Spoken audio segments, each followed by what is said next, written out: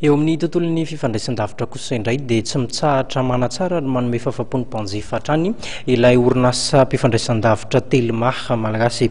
Amin'izany ary dia hitarina ilay antsoina hoe backbone nationale amin'ny fibre optique ho an'ny mpandraraha Telma ity dia misy araka izany ny vola natokana natentina 20 tapitrisa dolara teo eo entina hanatsarana izay fifandraisana ho an'ny eto amin'ny Nosy izay. Hiitatra amin'ny ilany avaratra atsinanana sy avaratra andrefan'ny Nosy ny backbone national amin'ny fibre optique ho an'ny mpandraraha Telma.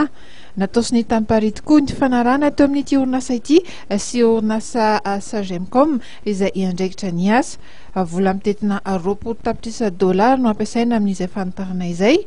Io marain'io kosa tetsy amin'ny Colbert-Antaninarenina no nahampahafantarina ny mikasika izay zava-baovao ny Telma izay. Saint-Valentin, j'étais à Paris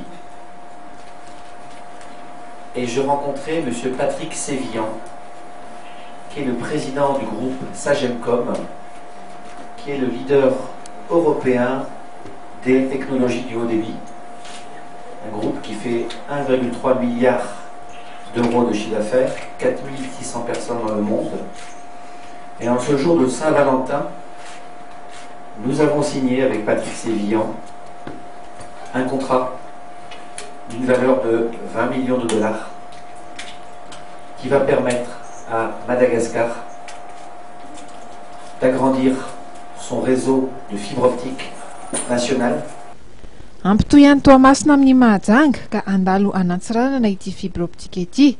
Mazava ho azy fa dia hiatsara ny fifandraisan-davitra sy ny internet amin'ireo faritra rehetra izay ho lalovany hitoan'ny Sainte-Marie, Maro Antsetra, Antala, Sambava, Vohimary, Ambilibe ary Antsiranana amin'ny faran'ity taona 2024 ity. Amin'ny volana May 2024 kosa dia andalo Antsiranana, Marivoay, Ambondromamy, Mampikony, Port-Berger, Antsohy, Ambanja, Nosy ary Ambilibe.